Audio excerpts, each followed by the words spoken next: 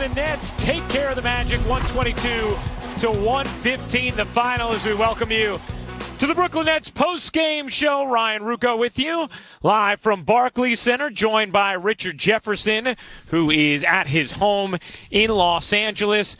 Richard, Harden, Durant, we know it's a stars league, and wow, was their performance special tonight. What stood out most to you about the win in Harden's debut? Congratulations, Nets fans. Congratulations. You don't know how long these moments last. You don't know when they come and when they go. But what stood out to me is that this team, when healthy, is going to be a problem. Now, do they have every single thing that is needed in order to be considered, the favorite or a team that's guaranteed to go to the finals? No, they have work to do. But boy, when I tell you that the entire league looking around seeing James Harden all of a sudden wake up and get 14 assists in his debut, to see Kevin Durant go for 42. And this is what I like. Kevin Durant is a scorer. Kyrie Irving, even though he is a point guard, is also a scorer. But what you know with James Harden is that he has led the league in assists. So he knows how to get himself involved. He knows how to get some teammates involved. So when everyone's talking about, okay, well, who's going to handle the ball? Who's going to do this? I think James Harden really running that point and allowing Kyrie and KD to be just dominant scorers and him being the person that kind of navigates his game, I think that could be a real problem. Well, I mean, no question about it. And, Richard, I think that was one of the things that stood out most, right? First few possessions out of the gate, Harden was all about distributing, breaking down his performance tonight. As we take a look, Richard, what'd you see from James Harden? Well, again, that's what I was looking at. I was looking at, I said the role players, and I love what Joe Harris did. I loved seeing Bruce Brown. That play late in the game where it was Harden to Durant. Then all of a sudden, Durant makes the right play and throws it to a wide-open Bruce Brown. Those are the guys that have to knock down shots when you look at championship teams. It's the Bruce Brown. It's the Joe Harris, because the stars are going to get attention. And with James Harden, Kyrie, these are guys that entire defenses, a team spends their entire practice and focus. How do we stop James Harden? How do we stop Kevin Durant? When they were on individual teams, now you have all three of them on the same team. It's going to be nearly impossible. They are going to be getting more single coverage than they have ever had. For Kevin Durant, a guy that played with the Splash Brothers, now all of a sudden he's got a very, very similar spacing because you have so many quality players. And James Harden, again, it just goes down to his assists. His assists are the things that are going to make this team run. Well, 32 points, 14 assists, 12 rebounds. You add in 4 steals as well. Did have 9 turnovers. And I like that was one of the first things he brought up to Michael Grady in his post-game interview, saying, I got to clean up the turnovers. But, Richard, I think what was so striking, and we've already talked about it some, was, people have seen James Harden play a certain way in Houston over the last couple of years. And so there have been conversations about, dribbling the air out of the basketball, how they're going to continue to get everyone involved. But these players wanted this, which obviously shows their inclination to want to do whatever they have to win. And James Harden has shown that ability to play make, and it's not just that he has the skills to do it, Richard. There's the buy-in now to not play the way he was in Houston and to access more of those playmaking abilities, and we saw that already in Game 1. Ryan, I 100% agree with you. What you have to do is you have to look around the league sometimes.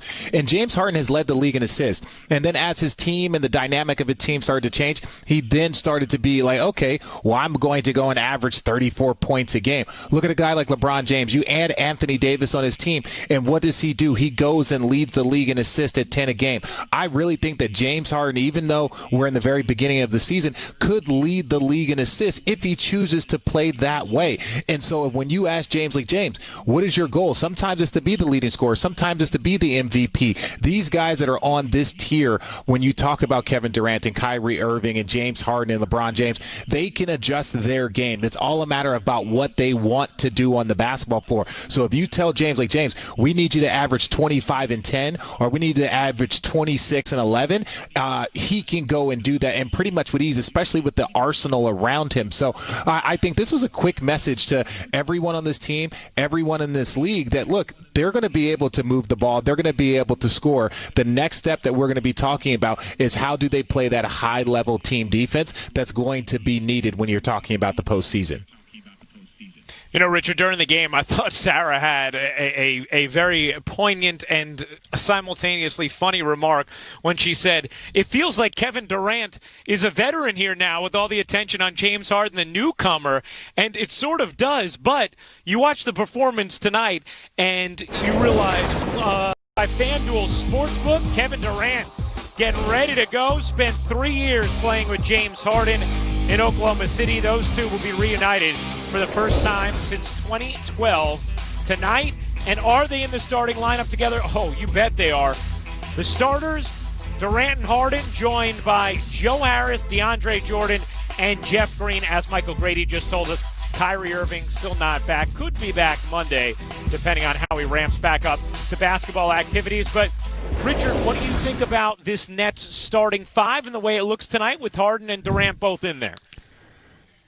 Honestly, that looks like a lot of firepower to me. I'm actually really, really excited. You know, everybody's worried about fit. Well, the only way to make things fit is to spend time working on it, getting to know each other, playing in a new system. Obviously, there's familiarity when you have D'Antoni on this staff, and Steve Nash is very familiar. So there's a lot of relationships. Everyone's worried about the fit, but James Harden had his best years with D'Antoni. Steve Nash obviously won an MVP with him as a coach also. So to have him on the sideline next to Steve Nash is huge. And I think it's going to be really, really big and really, really key as how quickly this group can really start to blend. Now, the Nets officially introduced James Harden yesterday, but it was actually just a little while ago when the deal became officially official with a little tweak. Became a 4-team trade. There was a little hiccup reportedly with Karis LeVert's physical, and so the Pacers ended up getting an additional second-round pick as well as some cash to complete this deal officially in time for James Harden to play tonight for the Brooklyn Nets. The man who orchestrated it all for Brooklyn and has brought them Durant, Irving, and Harden, Sean Marks, sat down one-on-one with our Michael Grady. All right, Sean, first things first. Is it now championship or bust? The jersey is hanging. The kicks are ready. Great question. The Brooklyn I think we're going to own it. We're going to own the fact that we've built this team to go as far as we possibly can. We want to be the last team standing. That's reunited with Kevin Durant. For the first my guess time. is there's 5, 6, 7, 8 teams that all have those same realistic expectations as well. And we're obviously trying to continue to build this roster, build this organization up to have sustainable success. So, that's certainly the goal.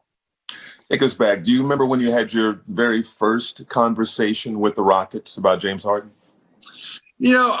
We're always checking in. My role and our front office's role is to always get the temperature of the league. So we're constantly checking in with a variety of different teams.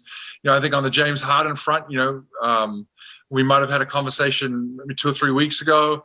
Really was nothing to it, and I think this is where it really sped up over the last sort of 48 hours. Prior to the trade, when conversations were happening, very frequently. With conversations that you're having with, personnel, players, also what you were seeing out there on the floor, why did you feel the timing was right now to make this move? They're difficult decisions, and I'm not going to shy away from it. When you have to move the players that we did, and a huge thank you to Jared and Karis and Torian and Rhodey for all that they've done, for their time with the Nets, and they will be sorely missed without a doubt. So you have to weigh, everything that those guys brought, the fiber that they were a part of, and the fingerprints of this organization that they've all put all over here. And then also, you're saying, well, we have the opportunity here to add a franchise level talent in James Harden, who wants to be here, who wants to be part of this, who already has a pre-existing, relationship, with one of our star players. So, it's those are things, just to be quite frank, we couldn't shy away from it. And again, they met our organizational goals of where we want to be, over the next few years. Sean, you came to Brooklyn without any draft picks to work with and built the franchise to where it is right now. How much trepidation was there on giving away so many picks in this deal? Yeah, absolutely. We certainly think about that. We're weighing, the cost of doing business. At the end of the day, I think I have utmost faith in our scouting department, our front office, who has shown in the past, the resilience and fortitude to go out and find players, to develop players, and so forth. And we're going to have to do this again. And regardless of whether we had made this trade or not, that's always the goals of this organization.